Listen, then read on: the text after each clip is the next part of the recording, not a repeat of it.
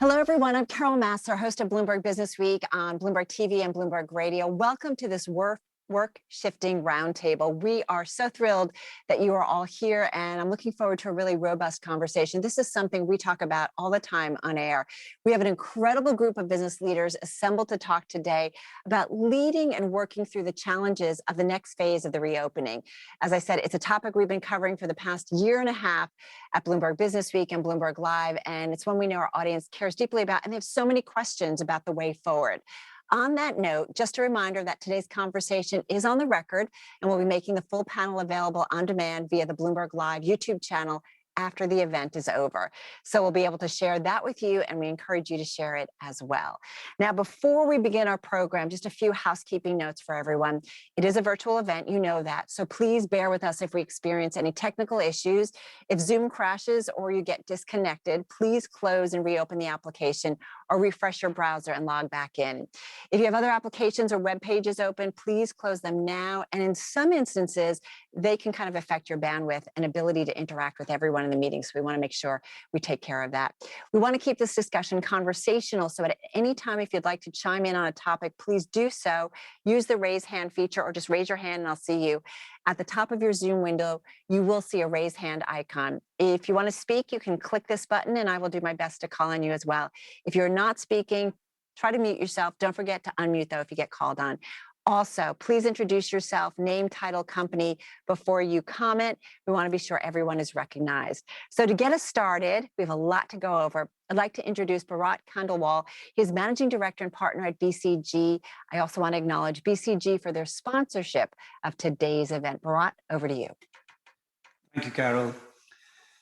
Folks, work as we know it today sort of came into being, I feel like saying 300 years ago in the Industrial Revolution. And it has remained mostly unchanged. The Industrial Revolution set up the modern work environment where people needed to come to the same place at the same time, work in close proximity to coordinate, collaborate, and co-create. The factories produced mass products, making them available to everyone. Companies led and customers followed. Well, things have changed. Customers lead and companies follow. And then COVID hits us and we all get fragmented into working in our own homes for long periods of time. So we've run a live experiment. And guess what? We've all survived it in general from a work perspective. And we have moved away more and more in these 300 years from mass production, where efficiency was the focus, to a world where consumers expect personalization, digitization, and personalized service. We move away from same place, same time to a model which is location agnostic and time asynchronous. We have moved from a fixed to a flexible model. And that's the change we are talking about today. But as we embrace new work models, which can be fully remote, fully in office, we do not believe in extremes. We actually think a whole suite of models will be available. They have been tested by all of us in this experiment that we've been running. And a mix of these models will serve customers and companies the best. So today it's our discussion of how we work, how we lead, how we organize, and what we need. These four questions sort of encompass the work models we will all embrace. It is good we are coming out of this, but let's make sure we emerge better than we went into this. Work can be fun and better than it was. Let's make it so. Carol, to you. It's a perfect setup. Bharat, thank you. There's so much I want to unpack here. So let's kick it off with Becky Frankowitz. Becky, just introduce yourself. Tell us what you think about where we are right now after what has been this real live, work and life experiment because of the pandemic. Yes, thank you, Carol. So my name is Becky Frankowitz, and I look after the North American business for Manpower Group Incorporated, which is a large human resources and staffing company providing workforce solutions. So it has been a living experiment, Carol, to use language I've heard you use before. So we've seen the series of greats. So we had the great reallocation at the beginning of the crisis where work basically shifted across segments. Some segments stopped, like hospitality, others grew. Then we saw the great restart where there was massive increase in job postings, so demand, but lagging in supply. And now we're in the middle of the great reawakening. Similar to what Bharat said, the crisis has changed us. We are changed. People are reprioritizing one life. They want to live from work versus work from home. And we're in the middle of this huge dynamic of an empowered worker in our country. And the ramifications are, can be scary, but they're so incredibly fascinating to watch unfold in front of us. So it's an exciting time to be in the American workforce and honestly, the global workforce. Eric, come on in and jump in your experience about this past year, this real life work experience and how it's impacted you all. Yeah, so I'm Eric Palmer. I'm the president of Evernorth, which is Cigna Corporation's health services portfolio. I think the impact has been so profound across so many different ways, right? And it hasn't been one size fits all, right? There's been such different pressures and stresses across workforces. One thing that I've really seen that I think is still underappreciated is just the toll that stress, pandemic-related stress and anxiety has had on employees. That takes away from their ability to be productive. And you layer that on top of changes in where and how we work. You layer that on top of the need for taking care of family members and things along those lines. And it's really been a lot for people to take. And so I think that's an important theme that we have to keep in mind as we navigate through how we work through the coming weeks and months here. Right. And I want to talk a little bit more about healthcare later, because I do feel like our relationship between our employer and the employee in terms of taking care of us, not just it's a job, but it's also our well-being that went to a whole other level in the past year. Jennifer, come on in on your experience over the past year. And you reminded us before we got going that you came onto this job during the pandemic. So your experience had to be different as well.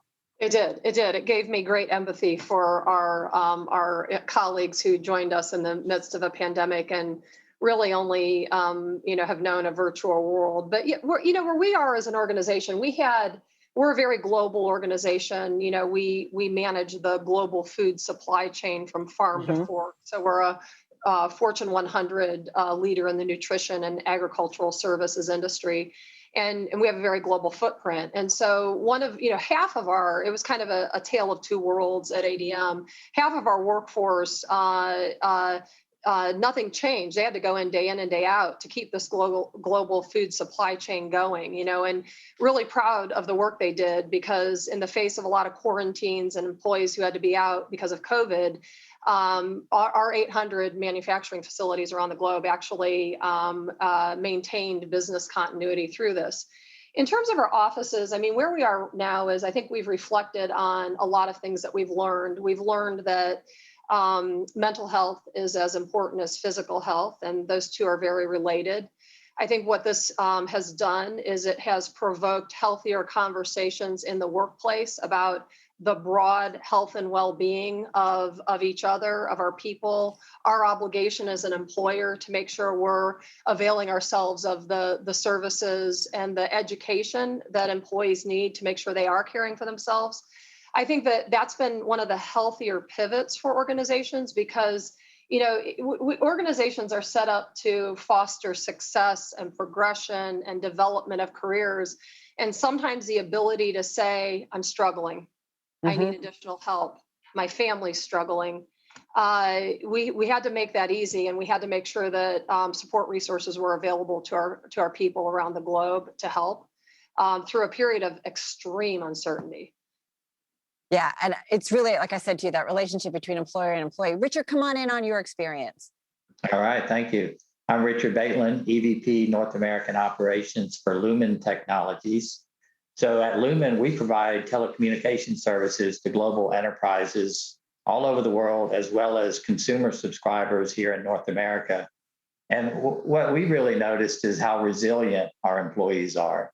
Not only did we have a global pandemic to navigate, we had wildfires burning, we had 5 named hurricanes, we had an Iowa derecho, we had a winter storm in Texas, which we never seen, and civil unrest. So through all of that, we were able to really because we're a critical service and really helping both companies and employees all over the world, get to this work from home environment, we were able to accelerate transformation, which is amazing, right? We came up with an employee-led program we call Safe Connections that allow us to get services installed in this pandemic environment, so keep it safe for employees and our customers. We came up with an enterprise bandwidth program because as customers were moving towards work from home, all of their bandwidth was aggregating towards large-scale data centers, so they needed a lot of bandwidth. So we took a three-week process and consolidated it down to about a 2-hour process. Then we leveraged artificial intelligence to reduce field dispatches and improve our remote diagnostics, and of course, accelerated collaboration tools like Zoom. Looks like I may have froze up there. No, So you're good. You're good. But in general, we just love the way we took this opportunity, and our employees, rose to the challenge because they felt a purpose to help other companies and other consumer customers navigate through this pandemic. Tom, come on in on your experience, because your workers were critical. Like a lot of the folks on this panel, there were workers that couldn't not work. They had to support clients who were, needed their services. You guys, your workers had to be on the front line. Absolutely. So I'm Tamla Oates-Forney, Senior Vice President and Chief People Officer for Waste Management. And as you said, we were living in both a fixed and a flexible environment because our workforce is very bifurcated. So those that have been on the front line and have been every single day meeting our customers at their point of need. And so probably many of you. So the more people work from home, the more trash is generated, the more that needed to be picked up. So we thank you for your generation of trash. It really helped us. And then we had about 10,000 of our workforce that we had to move from working in the office to working from home. So, and it really just showed the art of what was possible. We were looking at the future of work across the company. We have been for some time, and that future of work was accelerated for all of us. And so it really showed the art of what was possible. During this whole ordeal, because again, we had the majority of our workforce, our drivers and technicians on the front line never leaving, we had to keep them safe. And so we engaged in an accelerated view of technology infusion. I'll give you one example. Our truck drivers used to, clock in at a time clock, but because of social distancing and things like that, they couldn't do that.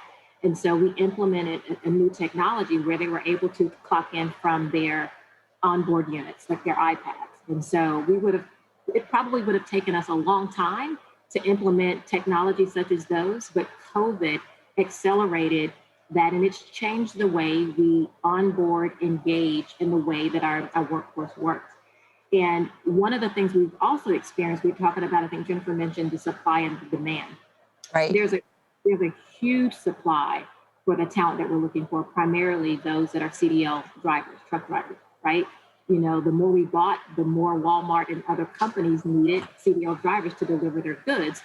And during COVID, we lost a year of being able to train CDL drivers. And so now what we're dealing with is how do we leverage, not just leverage, but how do we address the supply and demand for the talent that we're looking for? So we're spending a lot of time on really underscoring our EVP and communicating that in the value of a WM job. And so I am excited about the future. I'm excited about what we've learned during COVID, because it has really, really shown us the art of the possible and what we can do collectively as a company when we're focused on the same thing. COVID made us focus, and we were on board. And so again, it's a new world. A lot of it's still evolving. We don't know what the end is going to be because the pendulum has swung a lot to the right. I think we'll land somewhere in the middle, but we have become more agile and flexible when it comes to our workforce. And that's something that I think is going to make us a better company. Right. And we're going to talk about that. Synchrony Financial kind of laying out yesterday, 3 different scenarios for how people work. Come on, you have to come in on this, because we have spent so much time here at Bloomberg talking about the financial industry in particular. And it's been different from 6 months ago, 8 months ago to what we're hearing today of people like, if you can go out to a restaurant, you can show up at the office. Thank you, James Gorman of Morgan Stanley. How have you seen it this year and how it's impacting things? Sure. Thank you, Carol. Kamal Bhatia, I'm the Global Chief Operating Officer for Principal Global Investors, which is the asset management arm of Principal Financial Group. And Carol, I think it's a great question, at least from financial services, because by the nature, we are in the service business. And there are two kind of data points I'll highlight today. One is the employee side, and the other one is the client side. I think from an employee side, at least from our perspective, we've always allowed flexible work. For the longest time, Principal, just because we really wanted to promote work-life balance, we've allowed flexible work arrangements. But the more fascinating thing for us is we have clients in over 68 countries, and we have employees in over 30 countries. And when the pandemic hit, different countries and different cities were at a very different level of maturity, particularly technology maturity to work together as a workforce. We here in US, we were all able to come together and quickly get on calls like this or Teams or Zooms and continue working. We always had the tools, but just the in-person engagement was much efficient. But there are parts of Asia and parts of Latin America where it took a little bit longer for employees to come on board and really continue working that they were used to. I think we've learned a lot from that experience. I think technology moving forward is probably become as critical as all the other tools you provide employees in this sort of post-pandemic world, because they're kind of used to working this way. The more interesting thing, going back to financial services, is what also happened in our industry was as the pandemic hit, as you know, the amount of change in the markets, what was happening in the markets, which is where we get involved, the volume of client service requests, the amount of client engagement went through the roof. So here you are in the middle of pandemic where you're trying to live in a new sort of normal world, and your clients want more engagement and more help for you. Just to give you a statistic, we would probably spend 2/3 of our client engagement in person, going seeing advisors, going seeing institutions. And that, as that ramped up, we had to sort of reinvent how we engage with clients. One of the things we started doing for the first time was kick off virtual engagement series. And the benefit of that is we would never have imagined when we would do these thought leadership forums to really bring clients in to talk about markets and what we did in investments. There was a capacity limit of how many people you could physically get together and how you organized it. When we started doing these virtual series, you could get 10x, 20x more people joining you globally. And we had fascinating series with Janet Yellen and Condoleezza Rice. And so I think the ability to reimagine a multiple of your client engagement bandwidth has been a real game changer for us. Right, and that's going to play over into the workforce. Jennifer, I saw you had your hand up before. Yes, absolutely. So I guess a couple of things that were inspired by those comments. One is we did have to really, so one of the things that ADM relies very heavily upon and wants to always advance is innovation. So, a lot of our customers are CPG customers, beverage customers, and one of the trends that we noticed during the pandemic is that consumers were looking for citrus, looking for different ways to boost their immunity.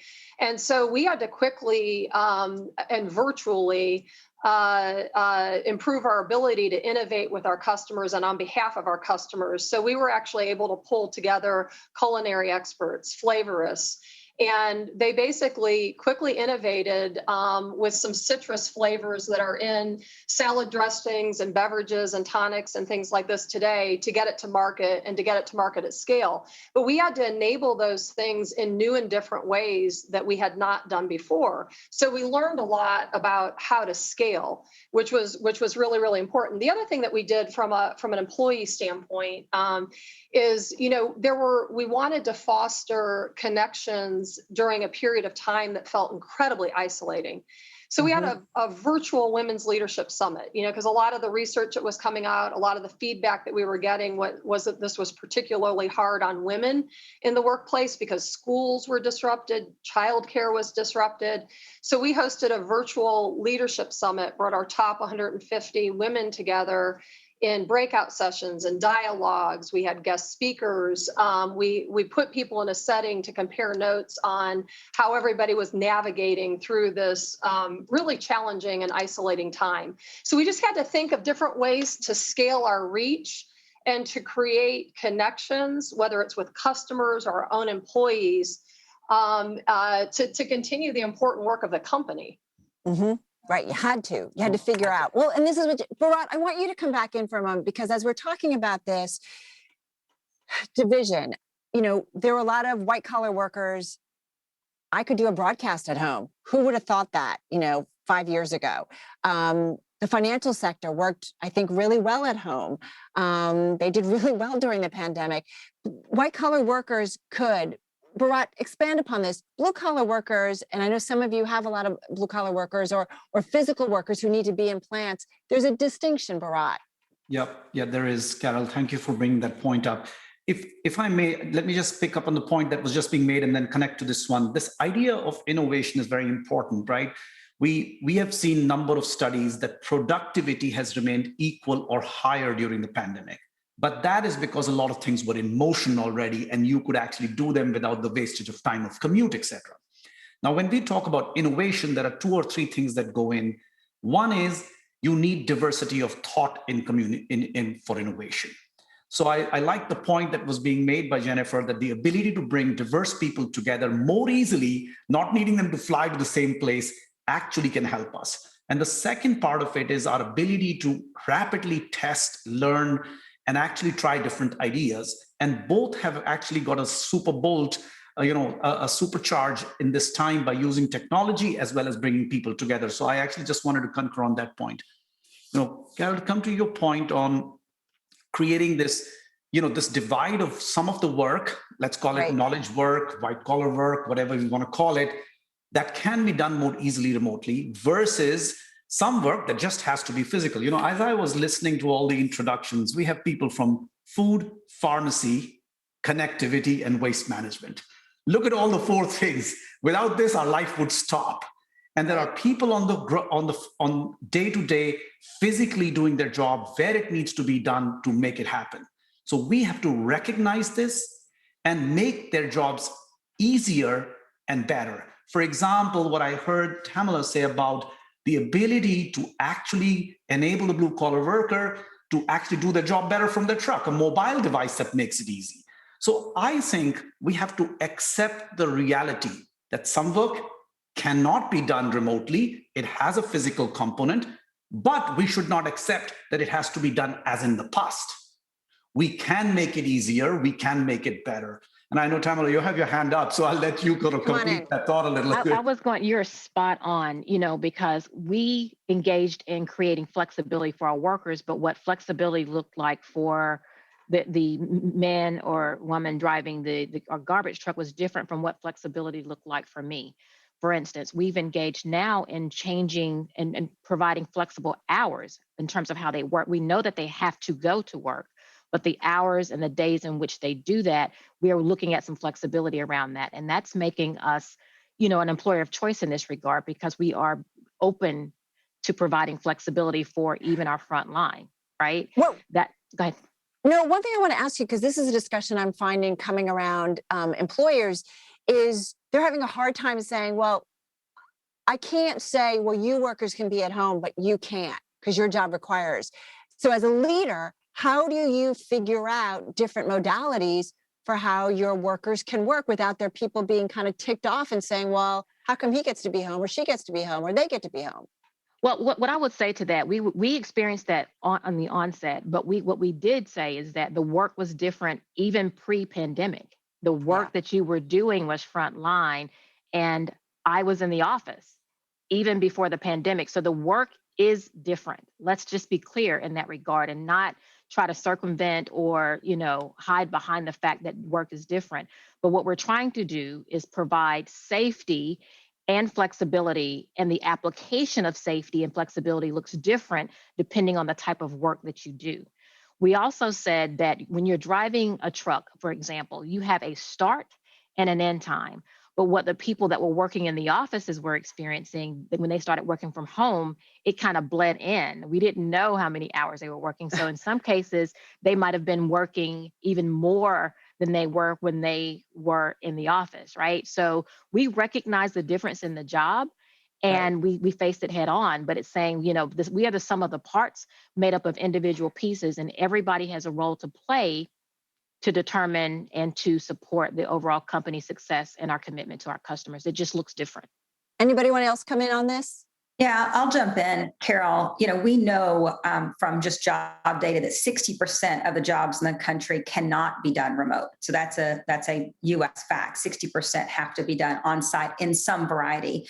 I love what Tamla was saying around flexibility for all is what we say. It was concerning at the beginning of the crisis that there were jobs that could be done remotely and jobs that needed to be done on site. And so I'll speak about manufacturing. But we are seeing a lot of creativity now. And I love, Tamla, you saying we're now an employer of choice, or that's an advantage for you, because the employers that get this, that get that there is flexibility for all. And yes, that means even in a manufacturing environment, we're seeing split shifts.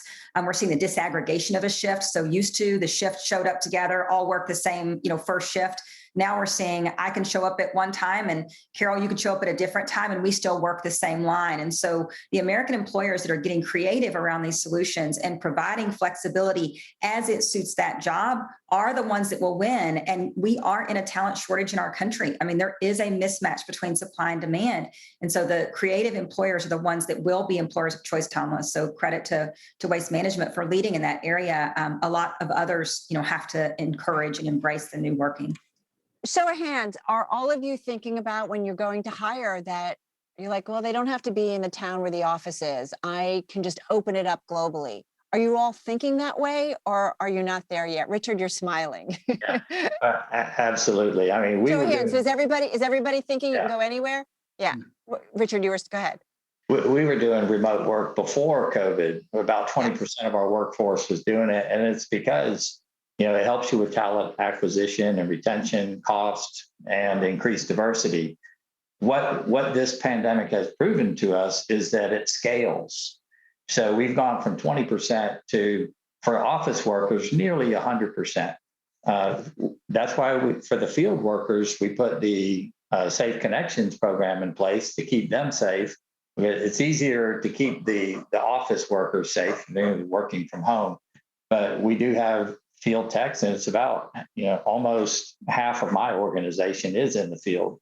So having them develop their own program of how they can deliver services without going into the home, using mobile devices, using techniques that educate the customer, YouTube videos, things like this that educate the customers on how to do it yourself, it has turned out to be so powerful for us. Our whole self-install program has really exploded, and the number of calls that we get post self-install has reduced dramatically because we've made so many improvements in that area. Yeah, I'll jump in on this too. I think one of the things that Tamla said is really important, and that's I think you need to be clear about the nature of the work, right? The nature of the work should govern what degree of flexibility ultimately is available.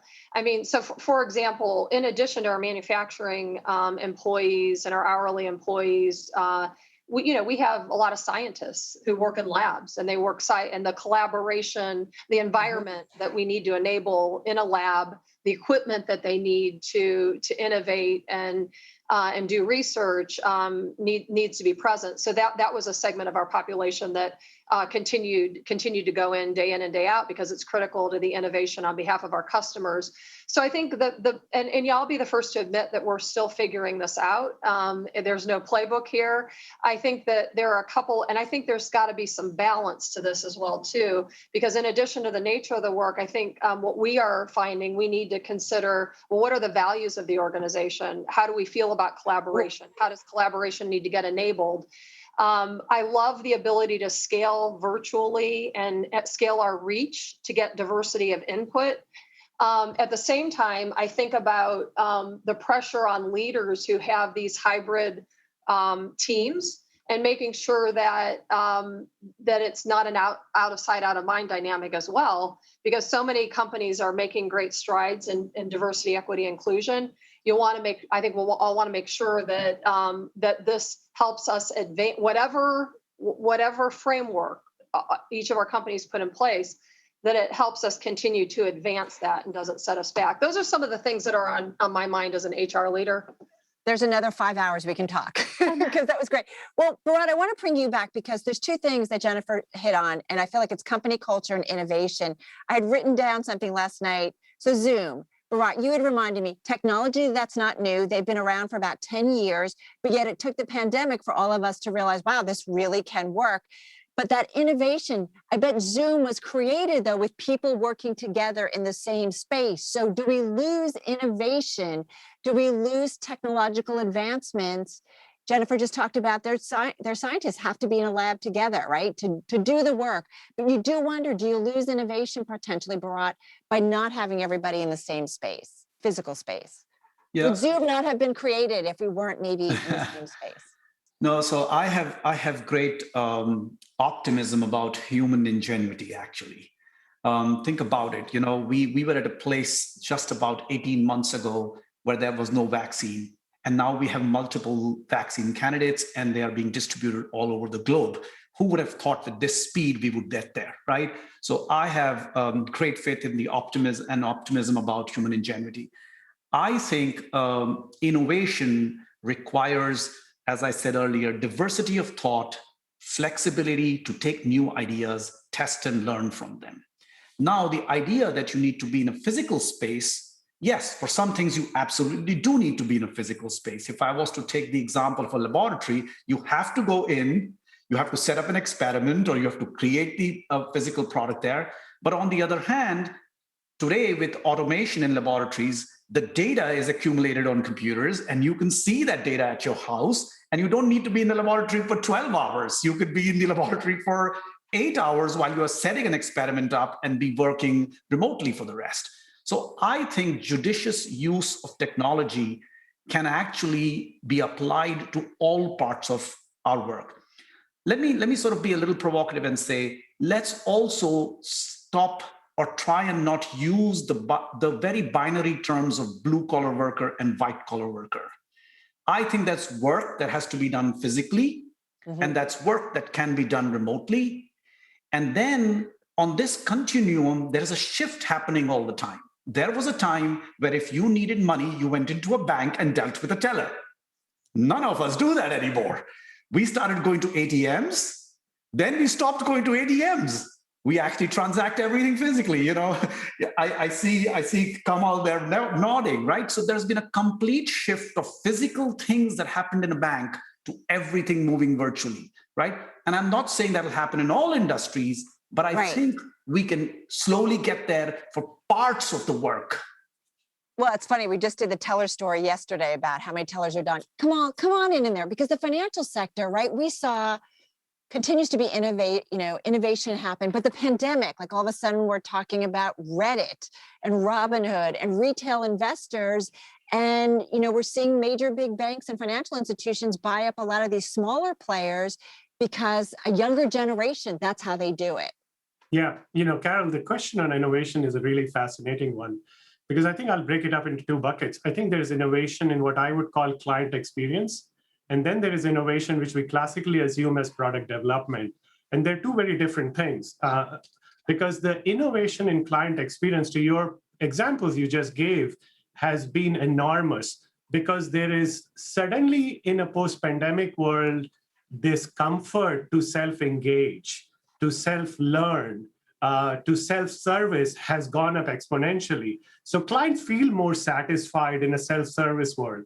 And so when I think of from our perspective, we do a lot of digital engagement and digital distribution. And I think innovation there is only accelerating, because what you're doing is helping through this virtual world, through tools, getting a better client experience.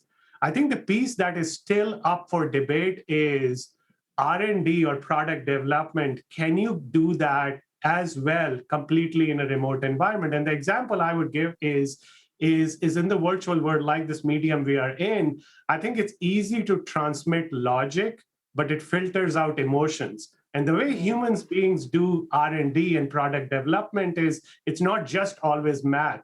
It's about diverse people coming together, emotionally challenging each other and building a better product. So I think that's where the debate still lies, is can the virtual world continue the emotional engagement? Well, Eric, come on in on it, because I feel like this plays right to you guys in a big way. Yeah, I think there's a couple of themes that really resonate with me here. First of all, I think the notion of innovation can continue to happen, but it's got to be cultivated in a different way. And in fact, I think there's a bright side or a silver lining of some of this this past year has been that us being deliberate about who we convene, how we connect, has created opportunities for folks throughout our organization to connect that wouldn't have even had the chance to connect previously, or wouldn't have bumped into each other in the halls or things along those lines. So that notion of being deliberate about how we connect people and working to facilitate and have the types of creativity that's necessary for whether it's product design or user design or how we engage with our customers and such, I think is really an important theme. And I think that the idea of being deliberate is really of utmost importance here. But so many things are changing, right? So I think that having the ability to reimagine different interactions, in new and entirely different ways, internally and with your customers, is here to stay. And I think the technology is only going to help to continue to facilitate that, whether that's in how you access care or how you get your money from the bank or what have you. There's a bunch of different evolutions here that we're not going to go back on.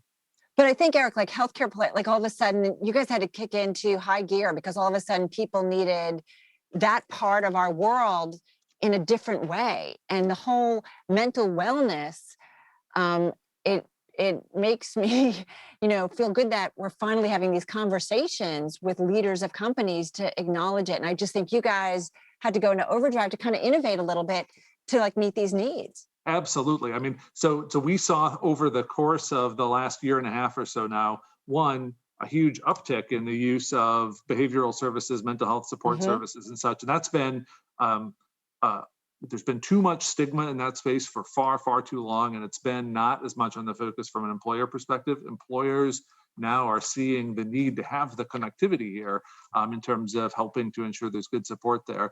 We saw over the course of the pandemic, something like 60% of our behavioral visits and such moved to virtual, and they're staying there, right? That's a better menu or better venue for a lot of different services and such. And so enabling those types of settings to help people get the care that they need allows them then to be more present, more productive, and that's got to pay off for employers in terms of the benefits back to them in terms of having an engaged, healthy, productive workforce. So again, there has been bright spots that have come out of some of the innovation here for sure. What about company culture? Man, I've had a million conversations about this, that it's not the same when everybody's not here. And I work in an office where it's a very open environment. The head of our company is at a desk. You can walk up to him. Like, it's just open. Company culture. Becky, you said to me, culture is in the people, not in a building. Yeah, so even before the crisis, this whole theory of remote working was growing. And I had a very prominent CEO say to me, but Becky, how in the world do I build culture if people don't sit together? And culture is not in the building, it's in people. And the crisis has taught us that. Like, I love, Eric, what you were saying, because I would say the crisis has taught us that the business of business is people. And the role of HR has never been more important than what I see it today. And that's how we have to build culture. And the great news is we have a whole generation of workers who have built friendships and relationships online, and they're able to do that for companies. Carol, maybe I jump in for a moment on culture Please. Here. I like how it was said, right? The culture lives with people, not in buildings, right?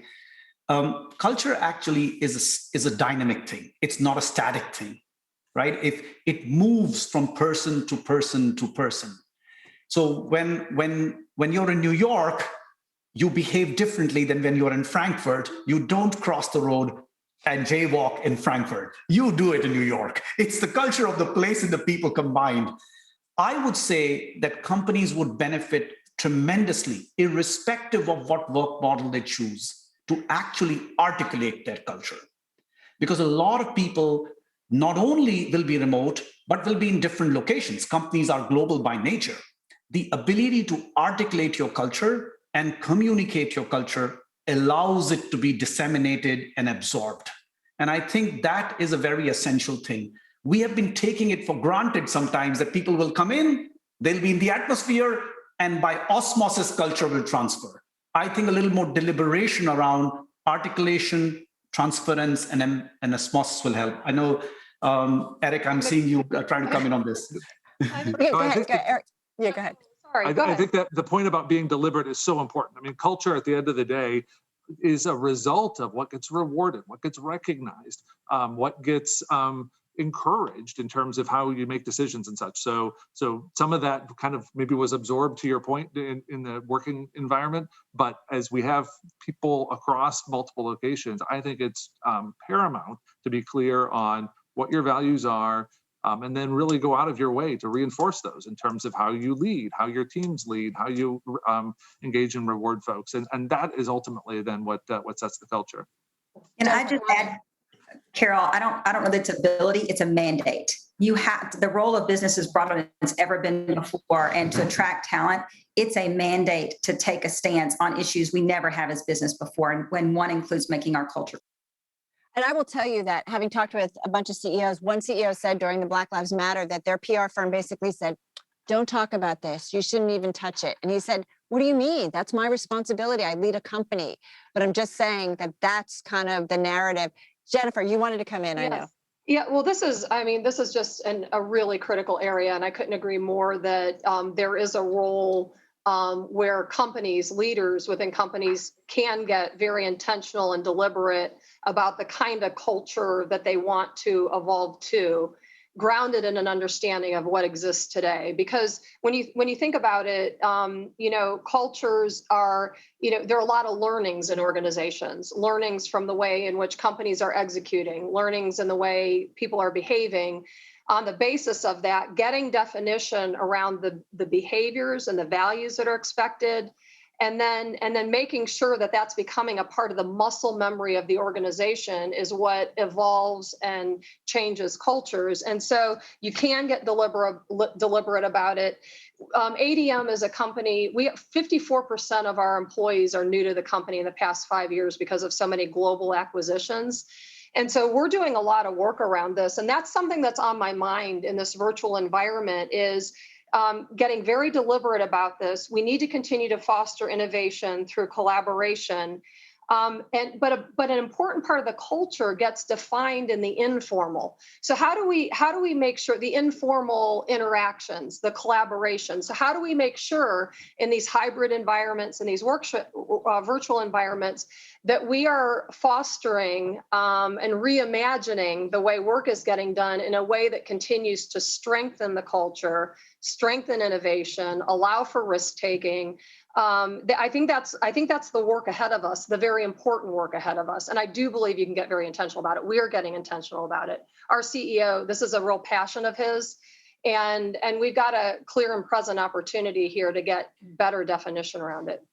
So I have a question for all of you. What makes a smart work environment? So what do we need to do it better? As Bharat said at the beginning, like we want to come on the other side of this and, emerge better. Right? Hopefully we've learned some lessons because there is that fear that you just go back to the way it was and things weren't so great and we've learned how to do things better. So what do we need to make a smart work environment, whether it's physical things, whether it's messaging? Anybody want to start with that? Yeah, I'll give it a shot, Carol. So I look at four things: relationships, accountability, motivation, and process. So the relationship piece is what's going to drive the hybrid environment going forward. There's just no way to have a 100% work from home as you're onboarding new employees constantly. We have the benefit of all the existing relationships that have been there for years. Now, when they work from home, they've already got those bonds. So I think what we're trying to do in terms of relationships is things like, for our Circle of Excellence program, which is where we take our sales leaders the best-selling reps that we have and sending them on a big trip out to the Bahamas or something like that. We couldn't do that. So we did we paid them a monetary sum, but then, did an online concert for them. We do manager pop-up meetings. We do mentoring programs. We have over 500 employees in mentoring programs. So building those relationships remotely is more challenging and more difficult, and it has to be very intentional. So we've been putting a lot on that. The accountability is all around role clarity and productivity metrics, so we can really see what's happening. And then the motivation is all around, having a purpose. And, our purpose is to further human progress through technology.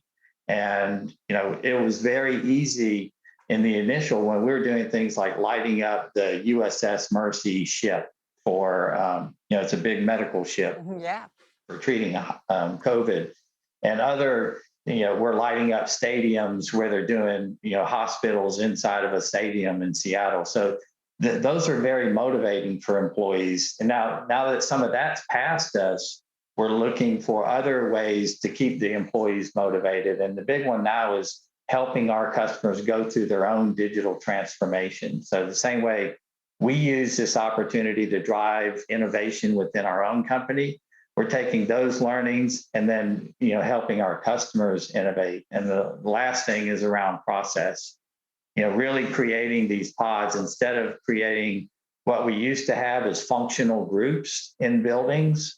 Now we're creating these cross-functional teams, so collaboration spaces that are more, very cross-functional in nature to help that kind of innovation. So not that they're going to be in those collaboration spaces every day, but to get enough done in there so that you can then go and do the rest from home. So those are kind of the four big things that we're focused on going forward. Anyone else want to add to that? I think one of the things that we're missing, I think, too, we're focusing on are the new leadership attributes. The leadership attributes that you had pre-COVID are going to be totally different than what you're going to need post-COVID, right? So we're spending a lot of time focusing on frontline leadership development or redevelopment of sorts, if you will, because, people join companies and they leave leaders. And we want to make sure that our leaders went through the same thing, and we're expecting them to lead differently in a new post-COVID world, but we haven't given them the tools. So I think focusing on leadership, essentials, focusing on how we reward, how we assess, how we develop leaders, and providing them with the tools that they need to lead this new generation of work is going to be critical to our ability to sustain our culture, even though it's evolving, to retain talent, to develop talent, et cetera. So we are really spending a lot of time focusing on our leaders and providing them with the tools that they need to lead in this new world. And that's for physical workers as well, those on the front line. Absolutely. Maybe on the point of leadership, I just, Carol, if I may, it's a very important point, and I'll then translate it to the work environment question.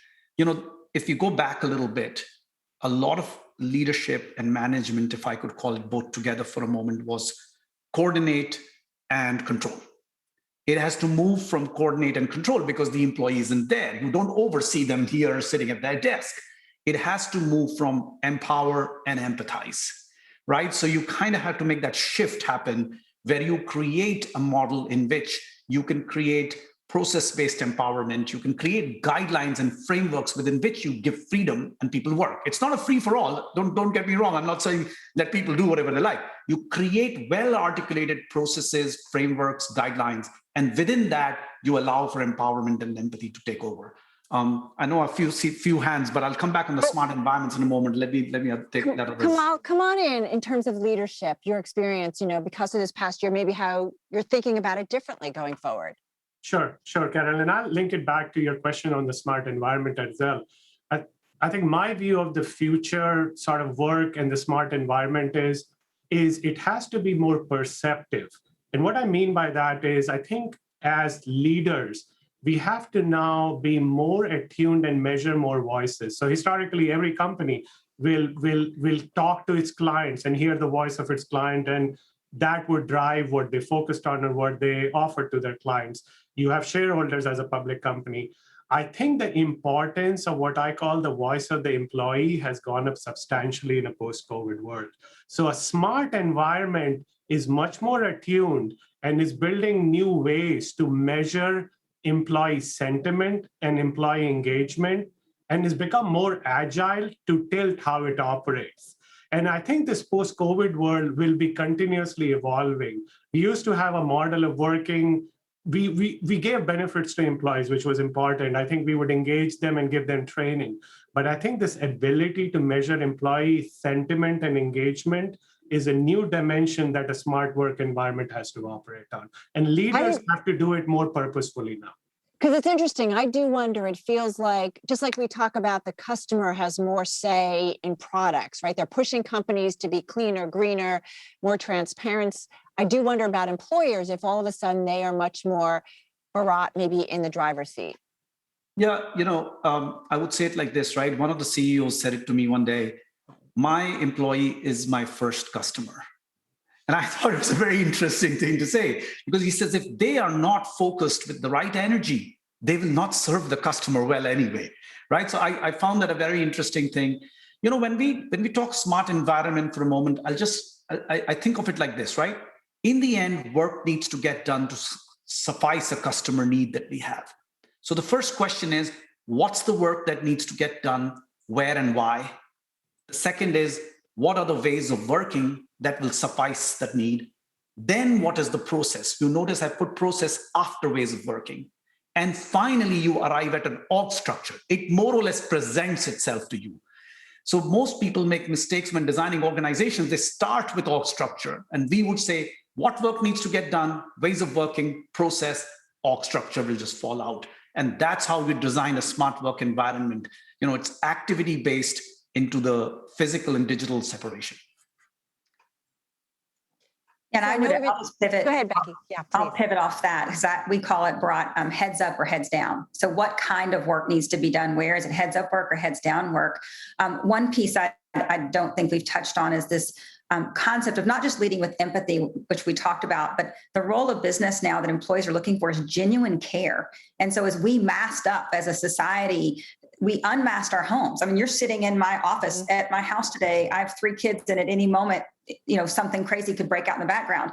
I mean, we're seeing into each other's homes. And as we come back into the office in whatever form we do, holding on to that intimacy that we've created with each other, I think actually strengthens the culture and can facilitate innovation. Carol, back to something else you said. And I'd say the third thing around a smart workplace is presenteeism and performance. So we have grown up in a world that measures presenteeism, the boss walking around at 7:30 a.m. who's here. We have shifted to a world of performance during the crisis, and we have to hold on to that even when the leaders of our companies are mostly boomers and Gen X. And in our research, that generation grew up with a separation of work and home.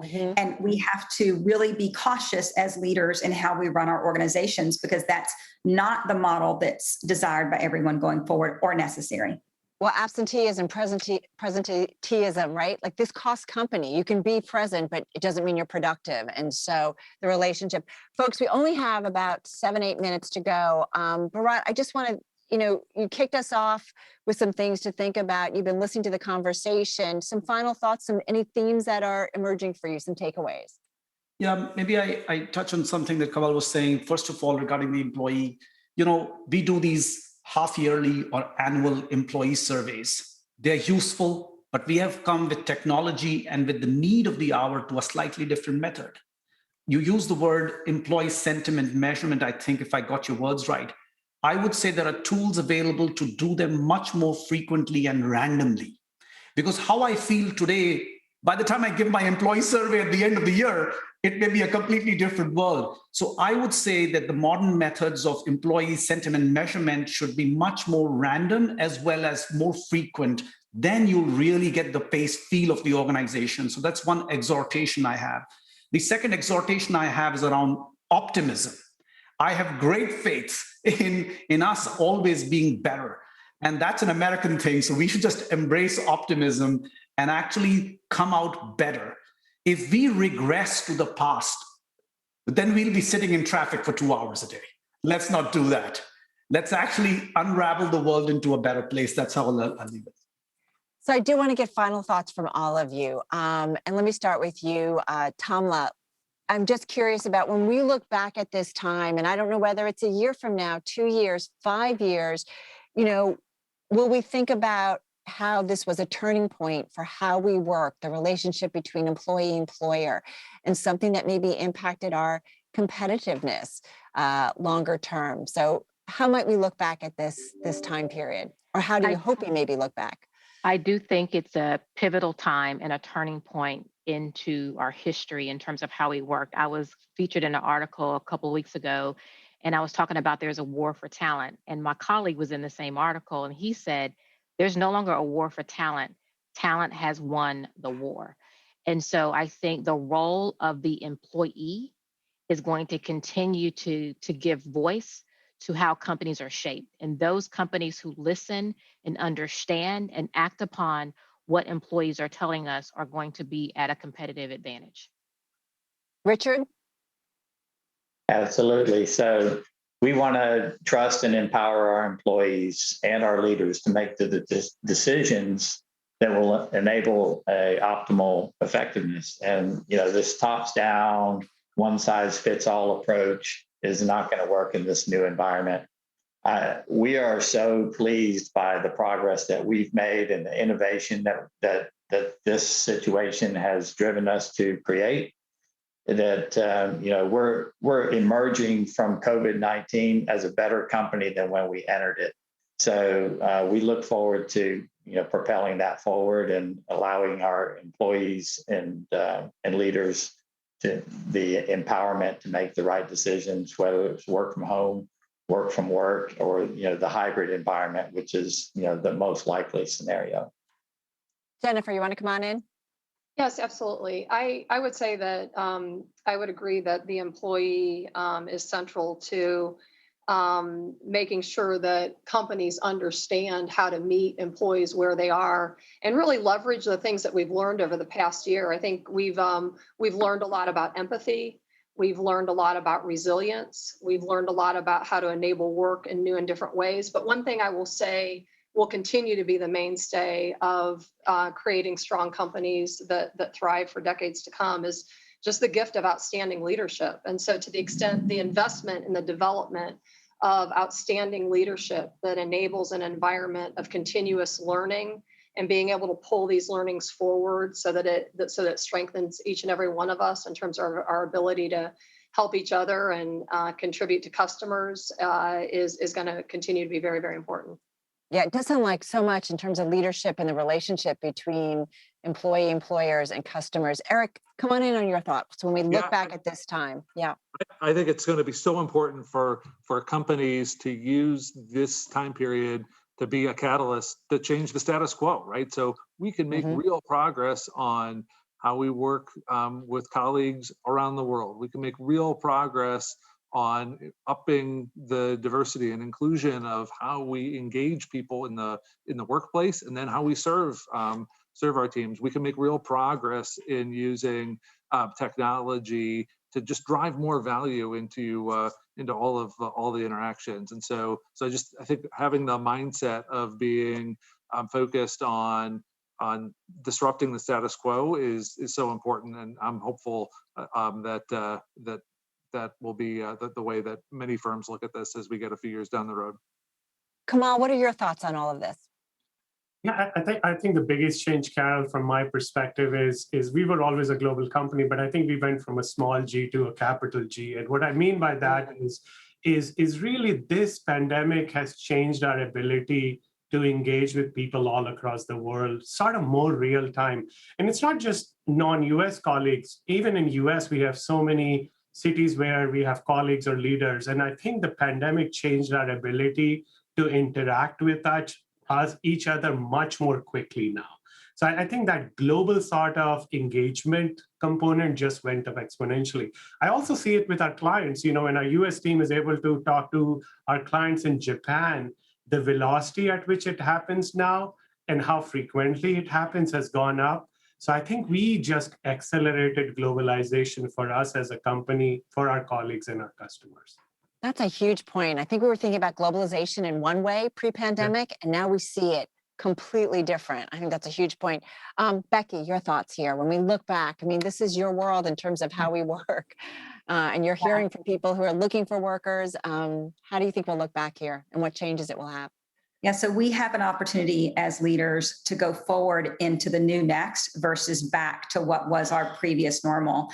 And that's going to be resisting change, because the optimism, which I agree with, is let's get back to normal versus let's move forward with the new next. And so we're in a new era, the era of the empowered worker and the era of a holistic business, and having both of those roles come together creates a whole new structural change in the workforce. And I mean, it's really a fascinating time to have a front row seat to the industry. You all have confidence that it's going to be different. We have learned something. We can be better. Show of hands. We don't go back. All right. I'm going to hold you to it. Bharat, final thoughts. Well, as I just want to make one comment, right? Food, pharmacy, connectivity, waste, manpower management, and money management, right? This is the panel here. And if it wasn't for your people being there, not only as frontline workers, but as first responders to the crisis we faced over the 18 months, we wouldn't be having this conversation. So thank you to those workers. That's a perfect way to end. I mean, if anything, if we didn't understand what community meant, we certainly understood it during the pandemic. Thank you all. Thank you all so much for being here. We could have gone another hour, probably another 2 or 3 hours, but it's all the time we have for today. And hopefully we can touch base again. Thank you so much for being a part of this today. We're going to send you the event highlights article once it is complete and let you know when the full panel is published. We'll be putting that out on YouTube. Also, special thanks to our sponsor of the event, BCG, and to Bharat for joining us today and really helping me weave together this conversation. I look forward to speaking with all of you again in the near future. Hope to have you on air. Please don't hesitate to be in touch with any thoughts, questions, or comments. Be safe, be well, and I look forward to talking with you. Thank you again.